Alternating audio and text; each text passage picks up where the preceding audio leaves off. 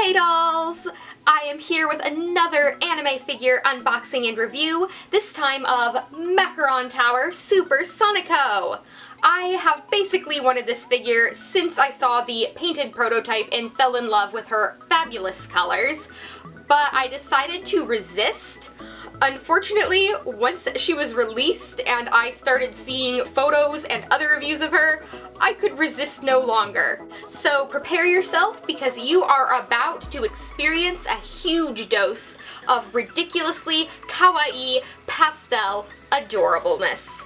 Also, I am changing the format of this video. We are going to be doing more close-ups of the figure, so that we'll be doing kind of like, here is me with the figure, plus here's the figure close-up with a nice articulated voiceover, simply because I am not nearly as articulate when I am ad-libbing as I open a figure as much as I am when I can plan out a voiceover.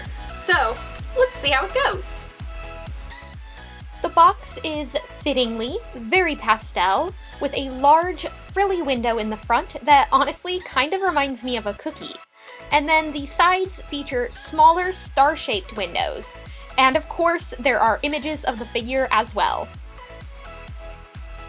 Her base is a large pink disc with actual fuzzy white faux fur, a detail I personally love. And when I say large, I mean large. This base is as big as my hand splayed out, and also here it is compared to my little Aristocats saucer. This is a small plate, but I still think you get the idea of just how huge this base is. She comes with a prop, which is of course her Macaron Tower, which is essentially a tree made of macarons. Although there are some random blobs of colored plastic here and there, as if they were trying to fill space. Not really sure what that's about, but otherwise it's a very cute prop, very detailed. All of the macarons are individually textured. There's a big polka dotted bow at the top, and the heart-shaped macaron that tops the tower says Soni Ani, so it is a very nice little prop that complements the figure well. The other accessories she comes with are two little macarons, one that you insert between her fingers, and another which is only a half macaron that is to be inserted between her boobs. I am actually very pleased that Alphamax made the boob macaron removable, because I honestly thought it was kind of silly looking and it was the only aspect of the prototype that I disliked, so I am very glad that it is an optional part. However, if you do enjoy it, there is a piece of putty included with her, as well as a semi-unnecessary sheet of instructions that will allow you to attach it. And here is Sonico herself. She is big, pastel, and beautiful. And when I say big, I mean big. She is by far the most enormous figure I own as of yet.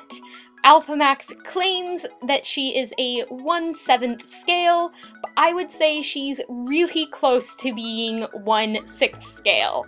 I suppose her size does make a bit of sense considering the fact that she is a busty adult character rather than a tiny little schoolgirl, but here she is compared to a Nendoroid, a 1/8 scale, and a 1/7 scale figure, and I think you can definitely see just how big she is. Once Sonico is all set up, she is absolutely stunning. She is of course a kneeling figure, so you don't necessarily need her base if you don't have room for it, as it does take up quite a bit of space. For me though, I will definitely be displaying her with it, as I feel like it just gives the figure that little bit of extra impact. Her paint job is practically flawless, and despite her barely there outfit, she still manages to have a great amount of detail. Her stockings are one of my favorite bits. They have this gorgeous pearlescent finish and are done in my two favorite colors, lavender and mint, and the paintwork on them is flawless, which I am always happy to see on anything that is striped, as stripes do leave a lot of room for error. I also love the multitude of bracelets Sonico wears, as well as the little music note ring, and of course her signature guitar necklace. All of these accessories really add a lot of detail to what might otherwise be considered quote-unquote just another bikini figure. And of course you have those cheeky ribbon armbands to cleverly hide the seams on her arms. Sonico's bikini also features a lot of detail despite how micro-sized it may be.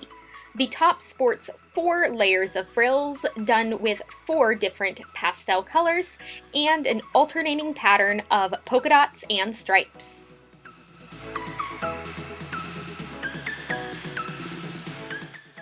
The bottoms are mint with white polka dots and feature yet another ruffle around the top as well as 2 large pink bows on the sides. And as you can see, these bottoms are much too small for Sonico's ample backside. However, I think we're all pretty used to seeing this with Sonico figures. Now, what drew me to this figure the most besides the color scheme was her darling face. I simply could not get over those big pink eyes with little hearts in them, and that cute little blue painted finger shyly poking her cheek. I thought this was one of the cutest expressions I'd ever seen on an anime figure, and coupled with her perfect color scheme, I simply could not say no. So to conclude, I can honestly say that this Sonico figure is one of the cutest anime figures that I own, as well as the sexiest with her bikini that doesn't fit. And I absolutely recommend her if you are into the same type of pastel cute things that I am. I am really glad I decided to cave and get her, since originally I didn't think I was going to let myself get her. I don't regret it one bit. I love her so much. She perfectly matches my aesthetic. And I hope you enjoyed watching my review of her, and I will see you in my next video. Until then, stay glamorous and stay geeky. Bye!